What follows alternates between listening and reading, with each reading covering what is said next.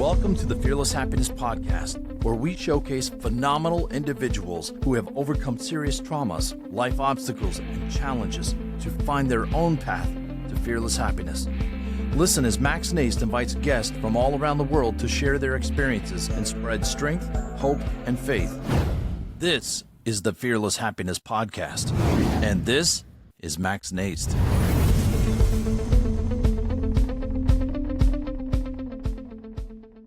All right. Good morning, good afternoon, or good evening, wherever you are in this world. This is Max again with you, coming from the Fearless Happiness Podcast.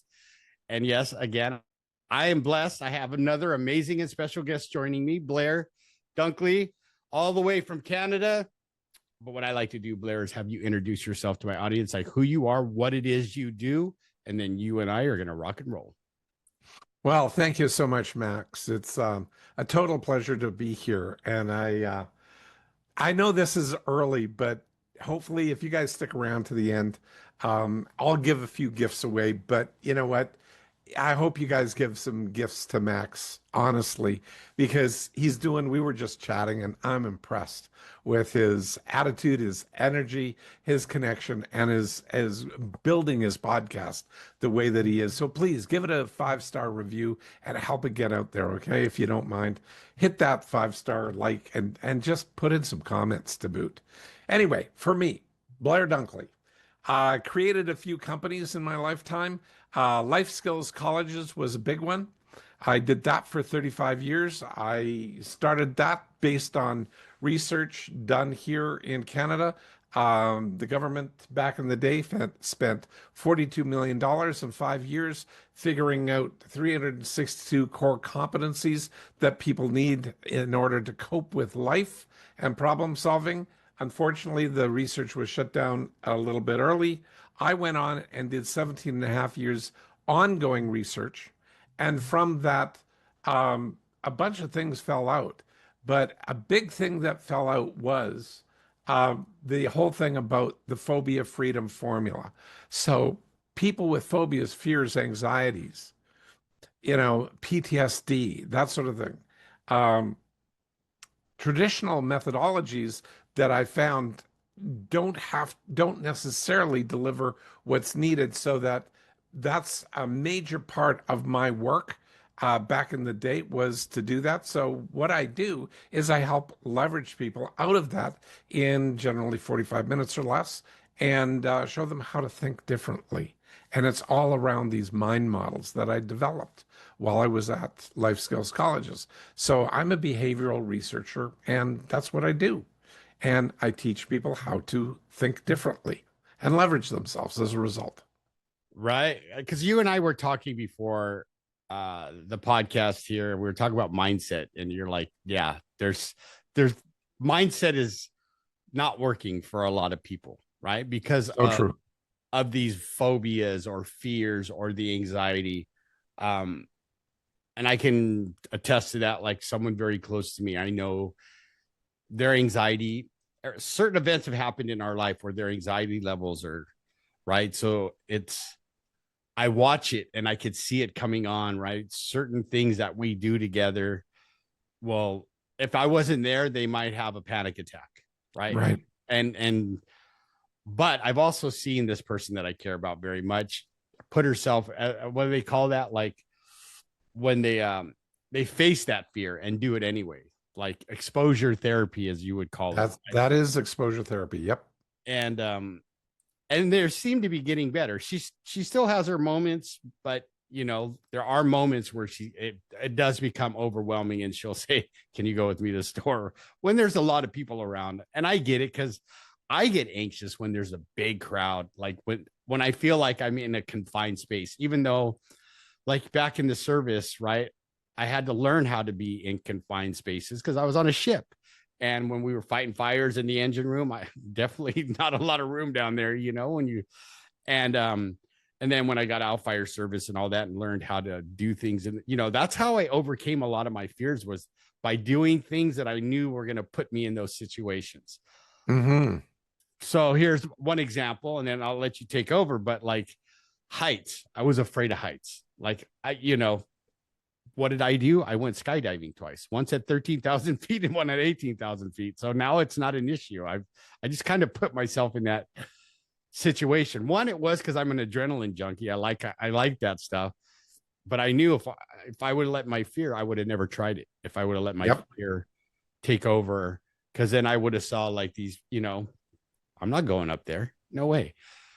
So in your research, right? Because and I know, Blair, that there's a lot of people, especially in this day and age, that are struggling with phobias, mental health issues like anxiety, depression, PTSD, right? Traumas that they've experienced in their lifetime and don't know how to get out of that. So how do you help someone when they come to you and say, Blair, I don't understand what's going on with me, but I don't like doing that anymore. I'm afraid. How do you help overcome that fear? Well, great question. Honestly, there are traditional psychologies. I mean, exposure therapy would be one of them. Cognitive behavioral therapy, bunch of other therapies, all have some play. But the problem, especially with exposure therapy, is your brain is being re-traumatized by being re-exposed. Now, it depends in that split second of you doing your thing. And you stated very clearly that you're an adrenaline junkie. So your fear of heights, you were able to get over because you had a compensating part that was your adrenaline junkiness, if you wish. Right. Like I love that part of you that wants to experience that. Right. So which is bigger in that moment? Which actually, from a neuroscience perspective, which has got more pull? Obviously, it was the adrenaline junkie part. And that's perfectly fine. It's great. The problem is that it doesn't necessarily work for everybody because they don't have a counterbalancing drive to get it done. And a lot of people who go through immersive therapies where you wind up going in there and repeating the same thing over and over again and hoping to just desensitize yourself from it. That whole model, for some people, it's re-traumatizing. And that's been proven. Again, neuroscience has that. That's part of the thing. It doesn't work for everybody. And actually, it doesn't work for the majority of people. Some people it does, other people it just doesn't work. However, the whole piece of the research that I did with a phobia freedom formula, that was all researched based on neuroscience, TFT, thought field therapy, and also the mind models. And I blended the three of them. Now I found this therapeutic model partially out there, but it wasn't well received and wasn't really work. And it was TFT. Dr. Callahan developed that. So that part was there, but he called it thought field therapy.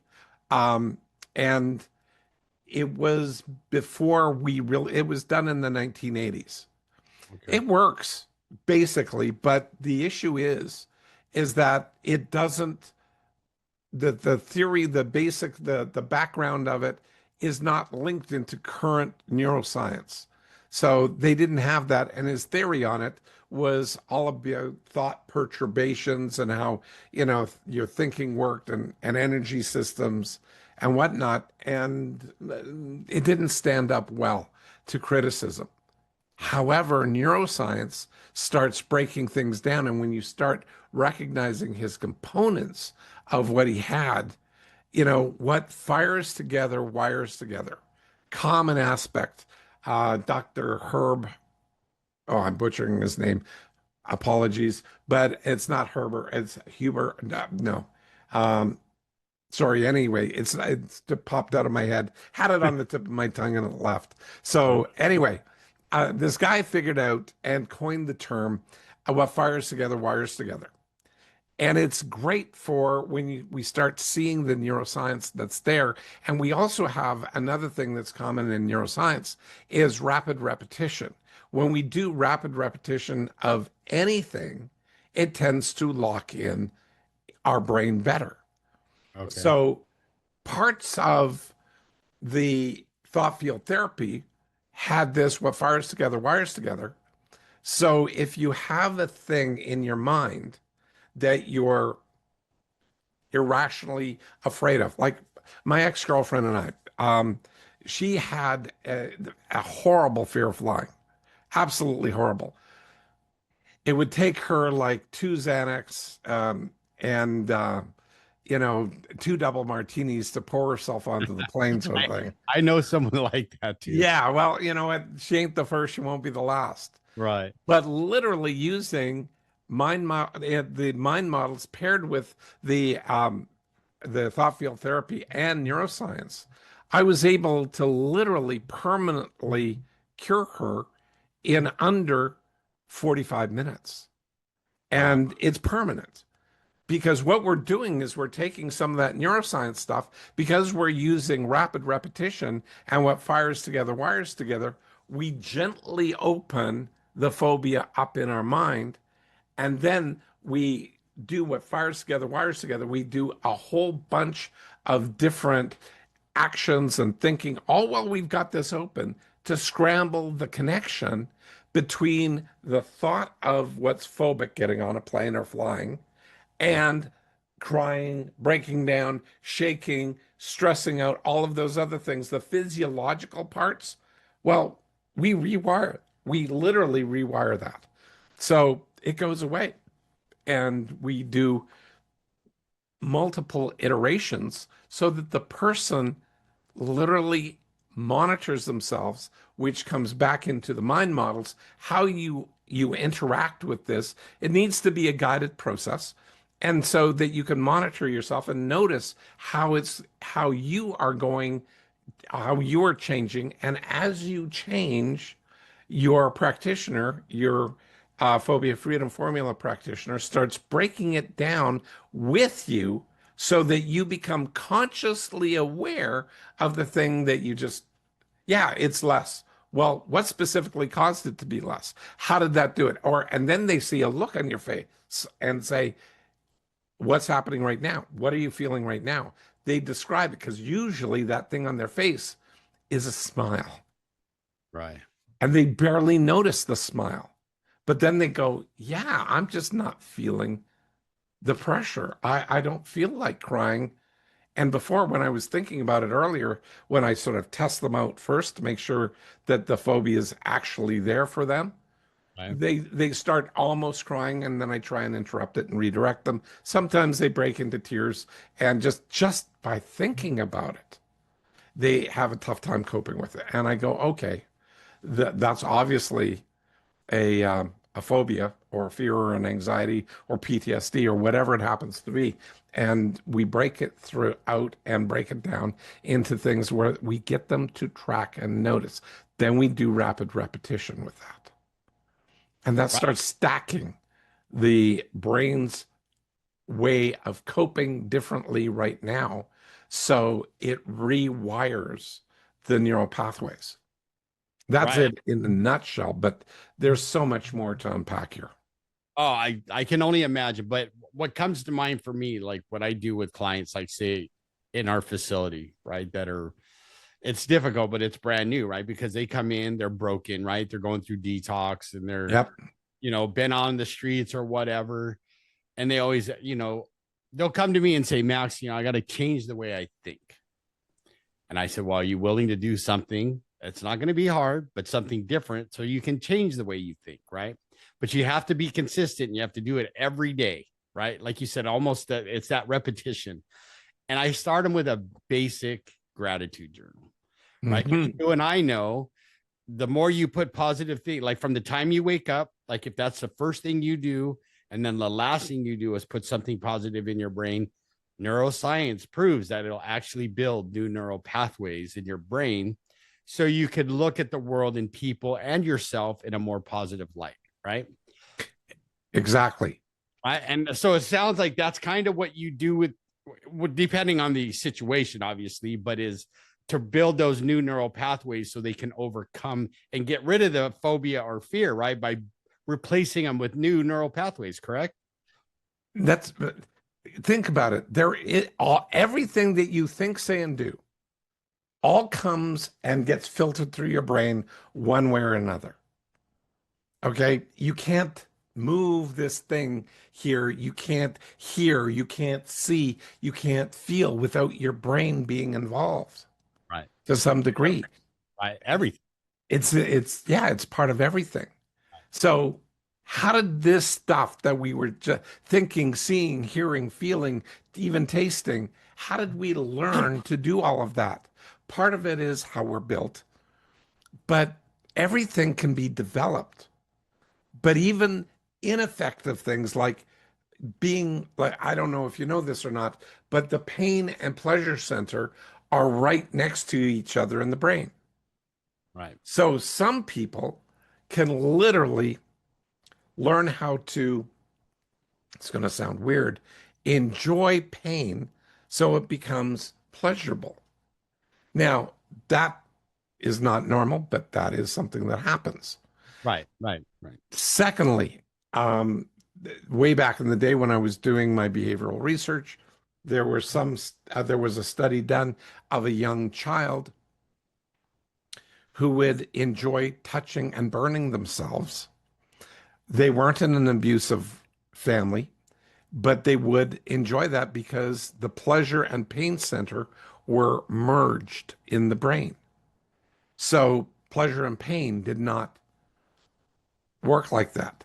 Right. Now, you can discern the difference or you can merge them. These are all learned behaviors. So you can quite literally learn how to separate your phobic response to the phobic stimuli. And that's what I reinforce. I can't claim to have cracked the code. I didn't crack it. Dr. Callahan did, but I reinforced it and just got it so that it's highly probabilistic that you've got about a 97% chance on fears, phobias, and anxieties that one session is all you'll need to permanently, get rid of it. Now, a lot of people go, how is that possible? Well, like I've given you a bit of the background, but there's more to it, but not tons. It doesn't take forever. But PTSD, it also works on PTSD, but it tends to be slightly more complicated with PTSD, but it's in the 80 plus percentile of effectiveness, which is still better than most stuff out there. Absolutely. Better than most of the drugs they want to use, or right. Cause I in my chosen profession, I have dealt with firemen, officers, veterans who have all experienced some form of PTSD, whether it's in the battlefield or on the job, Yep. as first responders, anywhere in the world, a first responder is going to go through a traumatic event that's going to just implant that in their brain to where they, some of I know have been medically retired because their PTSD got so bad, right? As a fireman or an officer. But I want to go back a little bit, right? Because you just gave our audience, and they're already probably going, "Ooh, this is some really good." Like, I want to have to get a hold of Blair and have him help me get rid of my phobias because I feel stuck, right? But go back a little bit and talk about some of your experiences, the challenges you faced that like shaped who you are and got you into this field. Because I know, like for myself and some people around me, like we could definitely use, right, something like this other than someone just saying, Max, you got to change your mindset, right? Well, yeah, I've done that how many times over and over again, and right. But like you said, the brain is a very powerful thing. It's only going to do what it's been trained to do. And right, I know you got to, and there's probably people out there, which we'll get to, but listen to what he's saying. Everybody it's not a magic pill, but there is a way to overcome your fears, phobias, anxieties, PTSD by what he's talking about, really rewire the brain and, getting, I hate to say get over it, but moving forward from those things that hold you back. Well, yeah. And I want to say moving through it as opposed to over it, because it's not about over it. It's about figuring out a different way to process the information in going through this so that you like, okay, it's sort of like going down a road. You can go through this tunnel that you can't even see the end of it, Right. and you go terrorize yourself with that. Or you can take a unknown shortcut and drive over and around instead of going through it. And all of a sudden, it's done. And you're on the other side of it. And you never have to go back. Right. But see, doing it like that, I think, is where, like that saying, trust the process, right? When you trust your process and you get through it, not only are you going to become better for getting through it, right? You're going to learn something about yourself. And that just Absolutely. right? Like that's when I think the mindset is good, right? Because then you go, wow, he helped me do this and I did it, right? Now I know, like now they probably look at you, Blair, let's do okay, I got the next one, Blair, let's go. Okay. Well, sort of, but I'll course correct them, because you said earlier on the whole discussion about mindset right up front. That was the whole thing. Like I said, I'm a trained mindset facilitator. Okay. So I had a great mindset for 4 years until my dad went into a coma. And then my mindset broke. And I recall the doctors telling us 2 weeks after my dad got out of open heart surgery, and he was doing fine, but he was just about like a few minutes, actually 15 minutes before he was going to be released from the ward, the intensive care ward, onto the basic ward in the hospital. For some reason, he stopped breathing. And they gave him a drug to induce a coma, which he never came out of. So with that, 2 weeks later, they call us in, the family in, and say, your dad has a 99% chance of never coming out of a coma.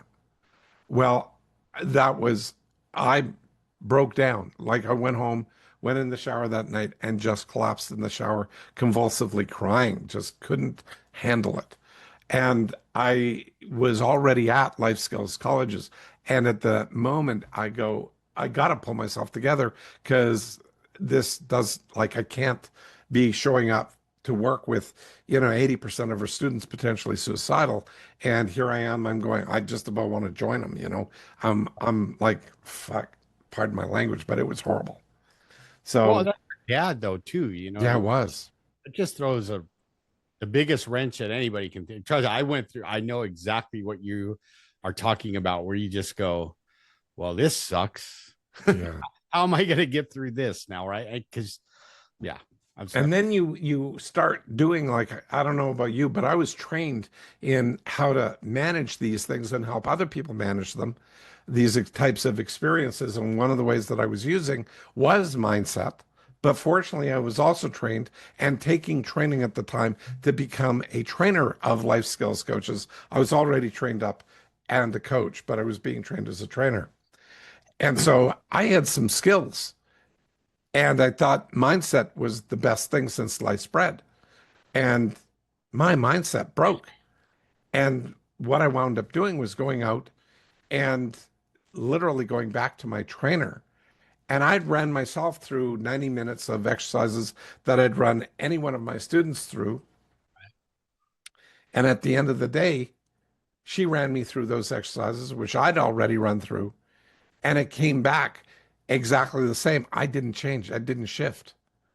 And she said to me, all the audacity in the freaking world, Blair, you just don't believe enough. Pardon my language here, but fuck you. And I left. Like, yeah, I was done. I was totally done. Right. Like, not good enough. Pardon me, but that was huge. Right. I can't go into life skills colleges and say, you don't believe enough, when 80% of my students are potentially suicidal. I might as well hand somebody a freaking gun. Right.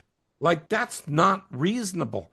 That also showed me very clearly that mindset is broken, because you can't blame a process that is supposed to help people in all situations of life. That's what your mindset is there for, to help you through everything and to build your success and everything else that goes along with that.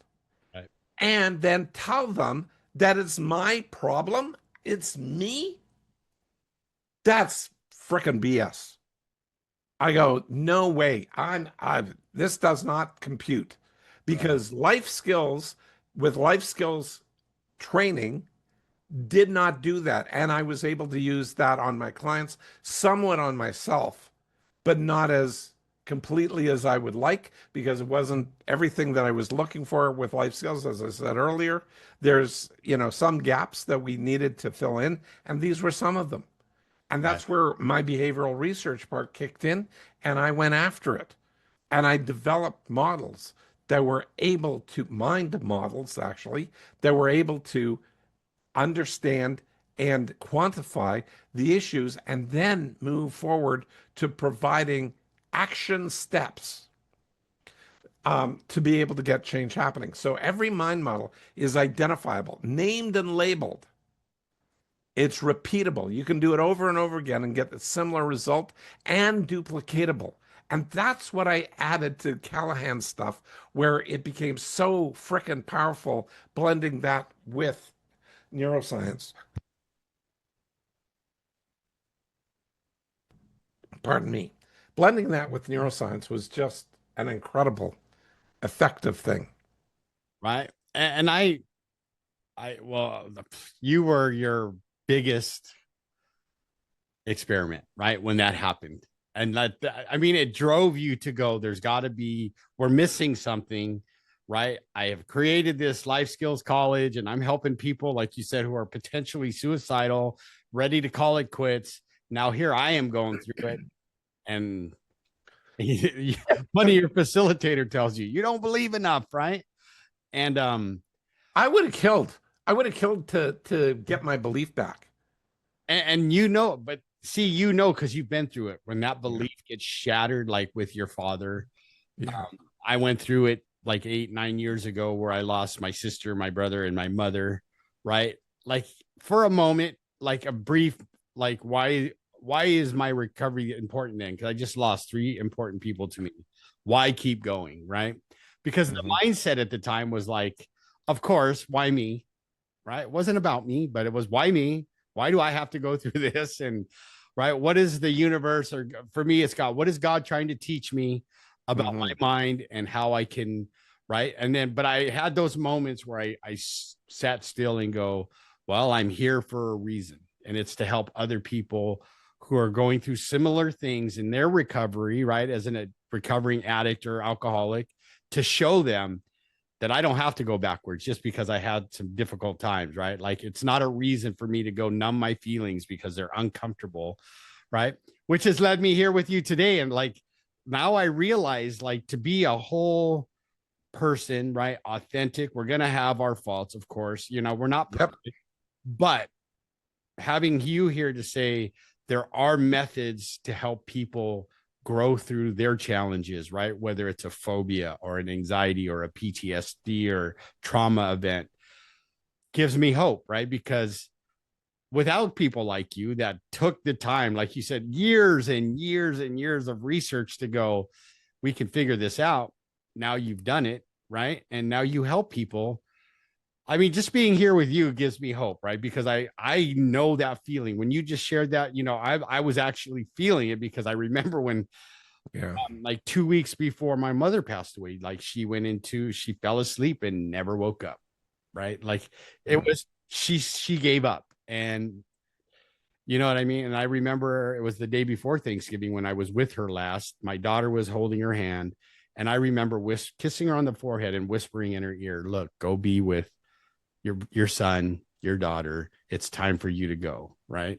And of course, on Thanksgiving Day, I got the call that she went. But I remember, like you too, it's like I'm at a nice place eating dinner and I just want to scream. You know what I mean? Like, oh. But I guess what I'm trying to get at is, you know, first, thank you for doing the research that you have done so that people now, you are another glimmer of hope for my audience out there who are struggling, whether it's addiction or some type of trauma or PTSD or anxiety or depression they're going through. Now they have another resource to go, wow, I need to hit up Blair because I can't live this way any longer. Exactly. And so thank you for that. But what I was going to ask you is, right, because I've been at those times where yeah, fuck you, right? Like, I don't want to hear that shit right now. You're supposed to coddle me and say everything's going to be okay, right? And or whatever the case may be. And I'm like, or how dare you say that, right? Like my sponsor or certain people, like, dude, I hate to, it's a quality problem. And I used to hate when he said that. But I think now I know his wisdom was to think, okay, right? There was a time when I was sitting in a jail cell, Blair, where I would wish I had some problems that I could help solve, right?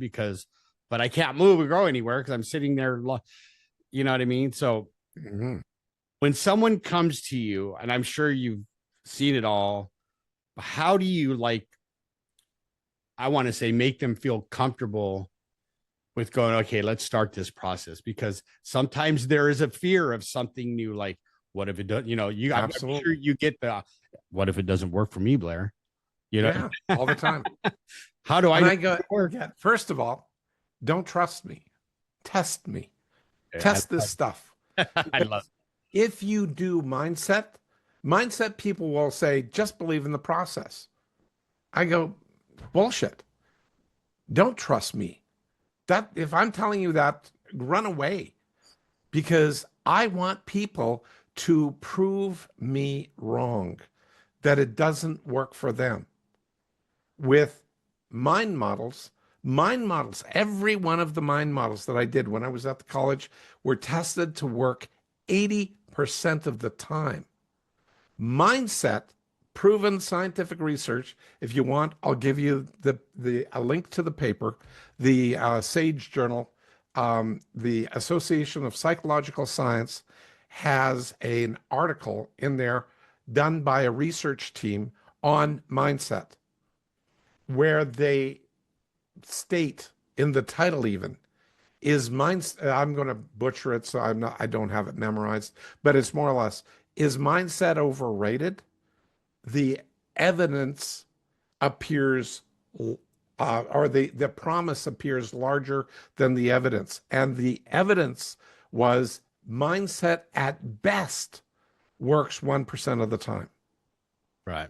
Now, at worst, it can slow you up in success in building out your life and moving yourself forward up to a negative 12%. Wow. So it can slow you down because you're trusting something that is inherently unreliable. See, my mind models were tested to work 80% of the time, the first time you actually did it after learning how to do it properly. Okay. Mindset, similar things. After you learn about mindset, it works 1% of the time. Right. And now people keep on coming back because they get pumped up at these mindset coaches and whatnot, but then they realize it's not really working for me. It's not like, and then they finally stop going. But a lot of people would go back through every 3, 4, 5 months and get a new fix on getting pumped up again.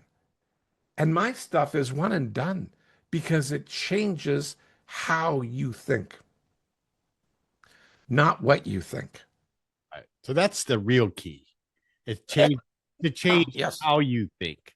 Absolutely. What you think, because we can think about things all day long. And if we don't change how we think about situations in our life, whether it's, say, financial stress or, watching your grandson play football and all the other teams are so much bigger than him and hoping he doesn't get hurt, And I'm funny because I'll sit next to the mom and my wife and oh no, he's gonna get hurt. Man, just stop. You're gonna give off that energy. Just let him have fun. He's gonna tell you when he doesn't want to do it anymore, right? Exactly. And so I'm glad you're here because now you've given us so much value and understanding. That's what mindset is really about. I think now you just gave me the best definition. It's right, not what It's how you think about things and what you do with your mind, and not just Those are mind models. Mind models are all about, they're models on how you think, but they're also, every one of them is also how to behave it, how to live it, how to use it in your life. So it's testable. It's not my opinion. You can go out there and test it. A good example is effective versus ineffective. That's a mind model. Instead of saying, well, that's right, that's wrong, that's good, that's bad, that's all judgment. It's very subjective. But if you can go, well, is that effective? In other words, is that actually moving me towards where I want to get in my life? Or is that ineffective? Is that stopping me, slowing me down, or redirecting me away from where I want to go? And so if it's effective, you know when it's effective because it's externally verifiable. It's like if you're standing still and saying it would be effective for me to take a step forward, but you never do. Well, I'm sorry, that's not effective. That's you thinking about it right. being effective. You have to take the step forward. So if you don't do it, it just simply doesn't count. So do you have mind models for that? Like for where someone says, Blair, I really want to change the way my body looks. I want to exercise. And I tell myself every morning I'm going to get up, but I don't do it. Like, is there a mind model for that to help someone look at exercise differently so that they go out and do it instead of just talk about it? Well, you bring this up, and I don't mind sharing this if it's okay with you. I Absolutely. I wrote a book I'm going called to get into that next. Ultimate Mind Hacking. Okay, there are 23 ineffective mindsets, literally mindsets, that are ineffective, like an entitled mindset, like a failure mindset, comparing yourself to others' mindset. Right. But for each of those 23, with just 16 of the mind models in my book, you can fix all 23 of those unhealthy mindsets and others because the mind models are sort of like a recipe. You put it together. You start off with what I was talking to you about, effective versus ineffective, external versus internal, and evaluation versus judgment.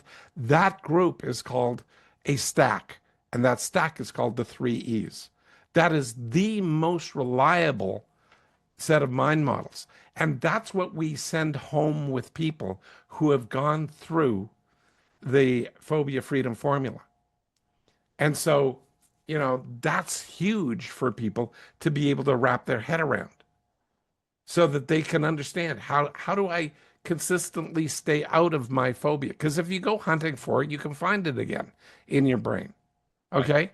Okay. Obviously, you know that like the back of your hand because you're going, of course, I've been there, done that. Next. Okay. So fine. But how do you keep yourself out of that? See, Well, that's the question everybody's probably having. Okay, Blair, tell us how we stay out of that, because a lot of us tend to go back, and because that's where we're comfortable. yeah. But that's also another mind model called relive versus remember. We want to relive it because it reinforces it, and our neural pathways are habituated. We have a habit pattern of reliving it. Okay.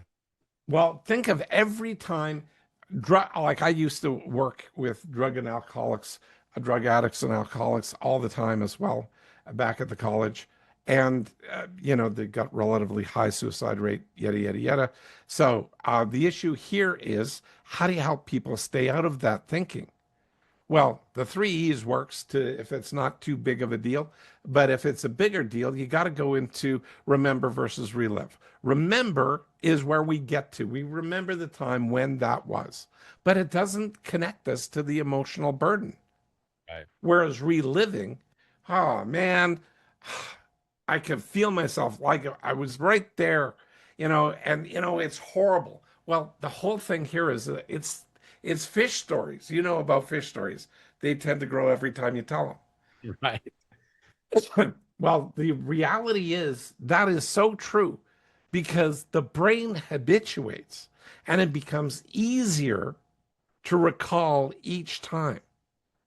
So it tends to grow the story. Right. Each time you retell it, you're reinforcing it. The same thing with phobias, fears, and anxieties. Each time you have it, reinforces it. The pattern has to be scrambled for that to go away. And you don't forget it. We're not going to brainwash you so you don't remember it. It's just that the result of that behavior, that fear, phobia, or anxiety, that terror of, oh my God, this is like a horrible thing. You don't go there because you just trained your brain to go from fear to calm. Right. Because when you recall a situation in your life, does it panic you, or is it just a memory? Right. Yeah, it's just a memory. There is no associated fear with that. There is no sensation of, I got to run and hide because you remembered something. But when you're in a phobic response, or fear or anxiety or even PTSD, you do behave that way. Right. So it's about breaking the pairing between the memory and the action. And so that you can actually just remember it and go, oh, I remember when I used to behave where it's like me. Like I had a phobia of flying, of heights, like big time with heights, glass elevators. And I got it in a glass elevator. And like sweaty palms, heart palpitating, knees weak. I had to turn around and almost crawl to the door of the elevator and put my nose at the metal of the elevator so I couldn't see outside because I was so freaked out. It's funny you mentioned that because when I was in Chicago and went to the Sears Tower, right? And I told you I skydived, right? But they had those things you can walk out in. I wouldn't do it. I would look and I'm like, whoa, what if this thing breaks? I am not stepping on this thing.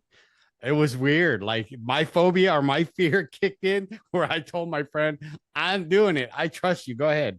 I'll take a picture. Yeah. See, that's what I can help you with. Those are the types of things that I can get that phobia out in 45 minutes or less. Because it's physiological. Right. Because I'll tell you when we off air some of the phobias I have that I had like at one time, no problem doing, but now all of a sudden it freaks me out to want to go do it. Well, before I got my phobia of heights, I could mountain climb. Going up absolute steep cliff faces like this and just being, roped in a harness, going up, no problem. I could do even free climbing a little bit. I wasn't great at it. No bouldering, not too much, but enough. I could go up like 20 feet, 30 feet. Even I think the highest one I ever did was about 40 feet on free, but each one was progressively less steep and better handholds and everything else. But it didn't freak me out at all. I loved the challenge of it. So, you can disassociate the reaction like that, like I can see it in your face, like it's right there. You're like, I'm not me. I'm not going out there. I hear you. Yeah, it was crazy because I thought, I skydive. This should be easy, and I start walking and edging closer to it. I'm like, I'm not doing this. You know what I mean? Yeah. But I definitely, talk about your book a little. We got a little bit more time.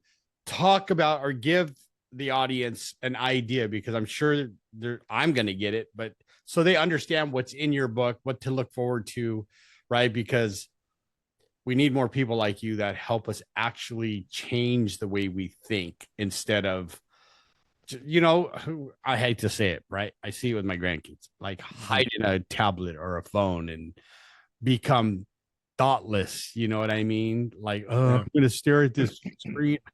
I get guilty of it during football season, right? I just want to watch football all the time or whatever. And I scroll, but I thank God I do have, I see around me, I'm like, I don't want to be like that, right? I want to change some things. Yes, I have to have my phone for work or whatever. I got to answer, but I don't want to be the mindless, TikTok scroller or Facebook. Right. Yep.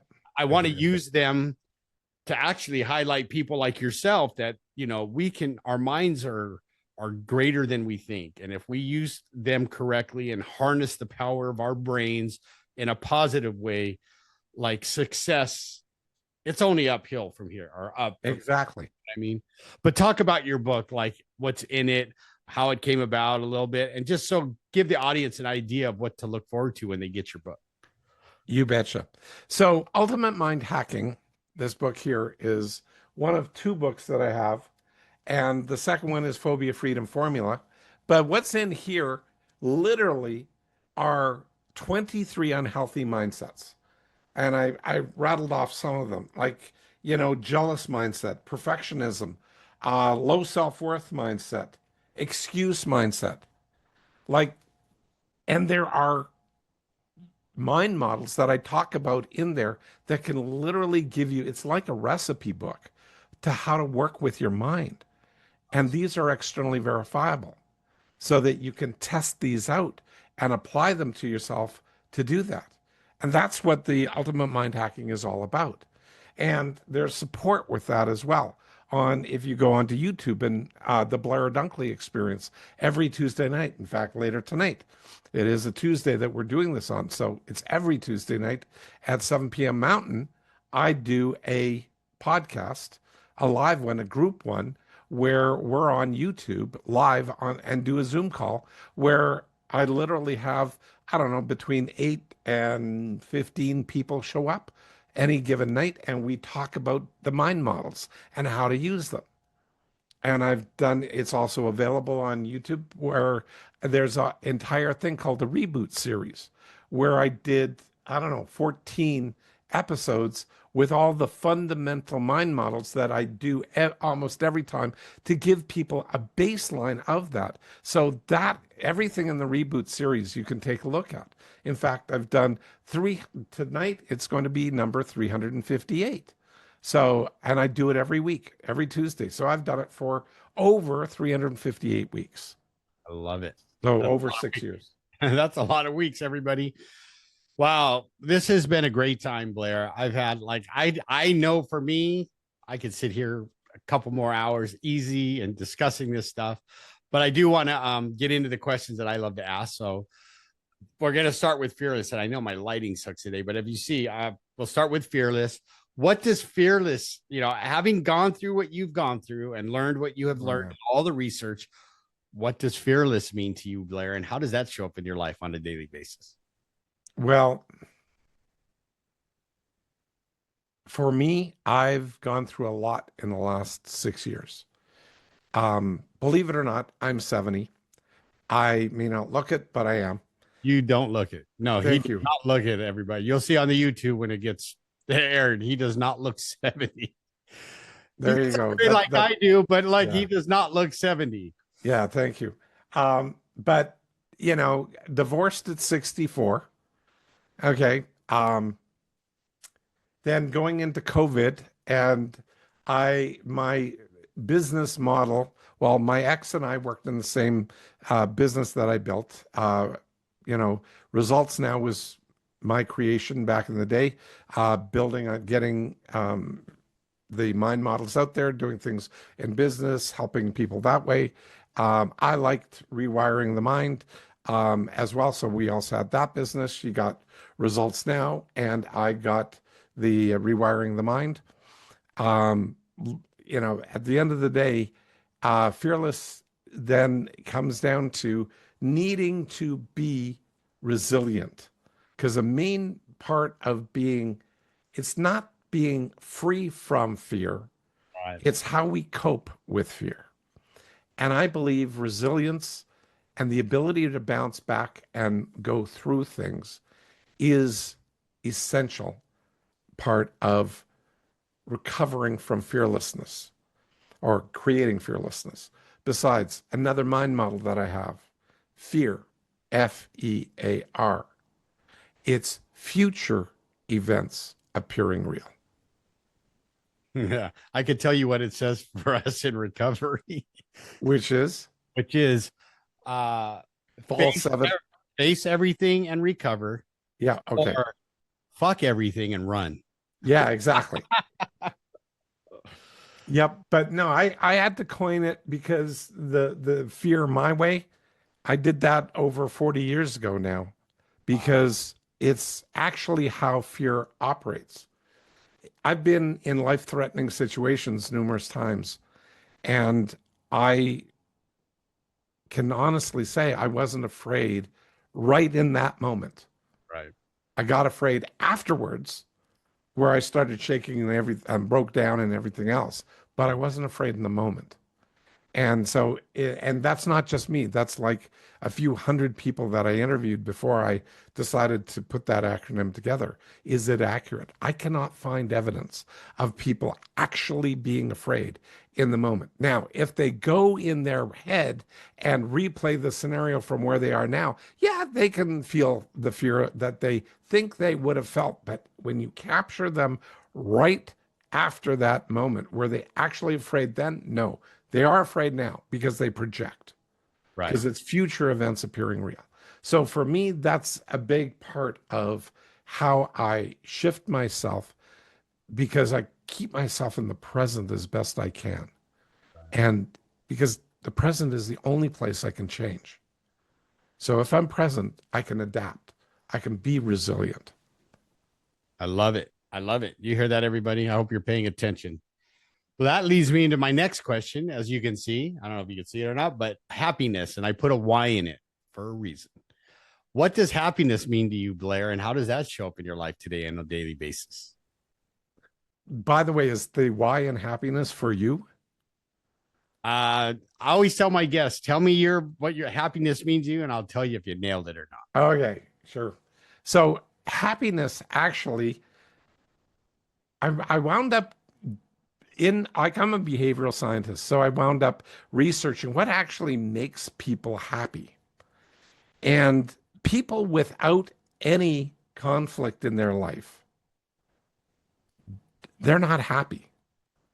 Like, you hear this traditional thing of this person born with a silver spoon in their mouth, and they have everything. When they don't have challenges, they don't have anything to overcome. And therefore, they're not happy. And if we have constant challenges in our life and we're trying to get by every day, just on the edge of non-existence, that we're not that happy. But some of the happiest people are not the richest people. They're people that have connections. They are connected between people. They have challenges, but they can take that moment out of their day and smell the roses, as it were. Just take that momentary thing. And that gives them a great deal of happiness and, contentment. I was telling you my story, like divorce, then health challenges, prostate cancer, got through COVID, where I couldn't work for quite a while, and then for 2 years, and then prostate cancer, and then the radiation that was used to cure my prostate cancer eroded my hips, both of them, and I got a hip replacement basically 10 weeks ago. So I'm on the other side of that. So, it's like one thing after another. I too, like my dad, genetics, open heart surgery in my 50s, like lots of hits. And I'm not looking at that as like all these horrible things. These are things I've gone through. Right. They're not terrible. But I look at them as just opportunities and things that I overcome. And coming out the other side, I feel pretty good. In fact, I'm not done coming out the other side. I still have another hip to do, but I'm going, so next, Right. and I'm like 10 weeks and I'm walking without a crutch the last 3 days. So, Right. and without actually my canes either. So crutches, canes, parked, back to walking with a little bit of limp, but I figure next week, probably no limp. Right. Right. Go through physical therapy, get it all loosened up. It'll be like you've never had it, a bad hip. It'll be back to normal. Yeah, exactly. See, and that's you kind of nailed it. What I mean by that is like you didn't let the outside things stop you from being those challenges, like I like to call them. I don't call them problems, right? Because they're actually opportunities to learn about yourself and about the things you're going through. But you took them and you didn't let that stop you from being happy. You just like, okay, that's just another thing I got to go through. I'll get through it and boom, move on to the next one. Right. Exactly. Right. And that's why I put the why. People understand that what you do and I do, like happiness comes from within. So like I always say it, my wife can't make me happy. My work, the money, all the money in the world can't make me happy. But I do say this, Blair, my grandkids make me very happy. They bring me joy, right? So it is an outside source. But if you saw the cute granddaughters that I have and stuff, you'd be like, yeah, I get it, Max. But Well, I'm already envious. My daughters are not married, so we don't have any kids yet, grandkids. So I'm looking forward to that moment if that happens. oh, and when it does, you and I have a talk. That'll be another mind model you can make for us grandpops, Yeah, really. But it's been an amazing time. I loved it. I could keep going, but I do want to ask you, if my audience wants to get a hold of you, if they want to work with you, if they want to get your book and just explore what you do, how do they get a hold of you? Well, there's two fundamental ways. The first way here, and first of all, again, I really got to thank you for the opportunity to jump on here. And we're at the end, and I promised you a little something. Actually, I'm going to give you a little something, well, your listeners, a little something, and then a way to get in touch with me. So, people, if you like this, support Max. Give him a 5-star rating, please. Plug him. He's doing an amazing job supporting people, giving them hope and opportunity. So, hey, Fearless Happiness Podcast, it deserves your like, your love, and a 5-star rating. So please. Thank you. Okay, so ways to get in touch with me.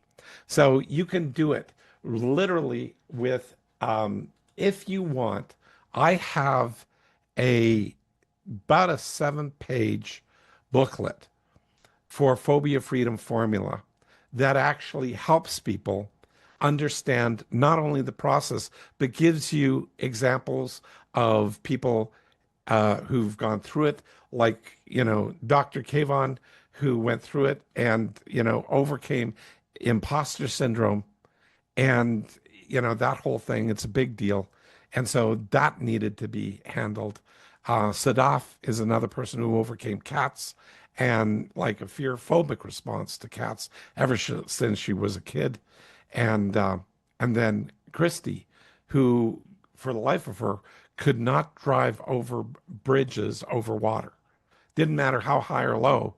Bridges didn't bother her, but bridges over water, completely different story. Did not work.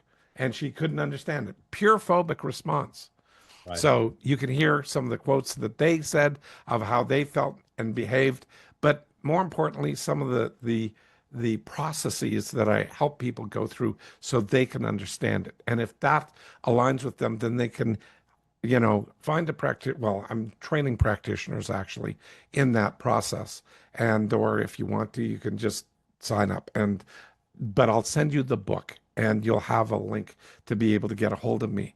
Otherwise, if you just want to sort of follow me more and do other things, please go to blairdunkley.com. And it's my name with a .com, blairdunkley.com. Go for it. And you can find all of the things that I do. I train mind model method coaches. I train a phobia freedom formula coaches. I do phobias. I fix people. I do profiling sessions. We didn't get into that. But I have the ability from my research to listen to people for between 10 and 30 seconds and then tell them all about themselves. Well, we're going to bring you back for that. We're going to make that an episode. Oh, really? Okay, great. I would love to bring you back because this is very interesting. And like, we'll talk about it after the podcast, but I just want people to be aware of how they can get a hold of you. Because to me, you caught my attention. This has been a great time. And like, I definitely want to learn more about you and your mind methods. Cause I know, right? Like I'm always trying to learn new things and grow. And if I don't change certain things, then I'm going to stay stuck. As you know, that's just what we do with our minds. If we stay in the same cycle, then it's like on a loop, right? It's just going to repeat. Absolutely. So LinkedIn and blairdunkley.com.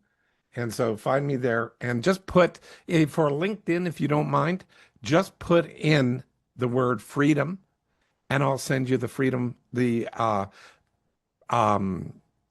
sorry, Phobia Freedom Formula. Sorry, too many names in my head. Phobia Freedom Formula. I'll send you out the little pamphlet on that.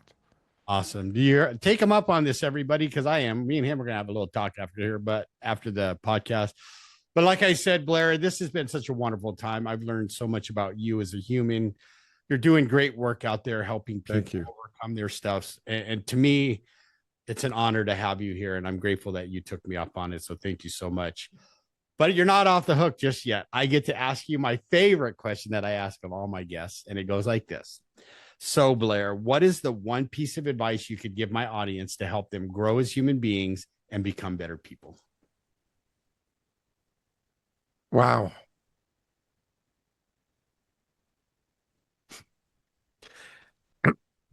Stop judging yourself and start noticing how effective each of you are out there. Because we do not see generally the greatness within ourselves because we pay attention to our problems, to the things that are not working, to our mistakes. If you do one simple thing, and that is every single evening, write down 3 things that you did effectively that day and one thing you want to change. Do that for 7 days and see what happens to your self-confidence and self-esteem. How you look at yourself will likely change. I love it. You heard that, everybody. Man, ooh, that was deep, right? But see, I love it, Blair, because you actually gave them something actionable that they can do. Any of us can do right away to change our minds. I'm not going to say mindset because we already Thank you. I'm going to say to change our minds and make them better. So Exactly. thank you so much for being here. You heard him, everybody. If Blair made you think, if Blair taught you something, if Blair made you smile, and my famous, if Blair made you go, I like that, please go to iTunes and leave a 5-star review so more people can find the podcast. And again, good morning, good afternoon, or good evening, wherever you are in this world. This is Max from the Fearless Happiness Podcast. Until next time. Are you tired of being weighed down by life's traumas and struggles? Join the Fearless Happiness lifestyle and let us guide you toward a brighter future. Explore our past podcast episodes and get a copy of the Fearless Happiness book to ignite your inner strength. If you or someone you love is battling addiction or facing challenges related to unresolved trauma, know that we are here for you. Visit maxnist.org, maxnijst.org, and take the first steps toward finding your fearless happiness. Thank you for listening. This has been a production of Fearless Happiness.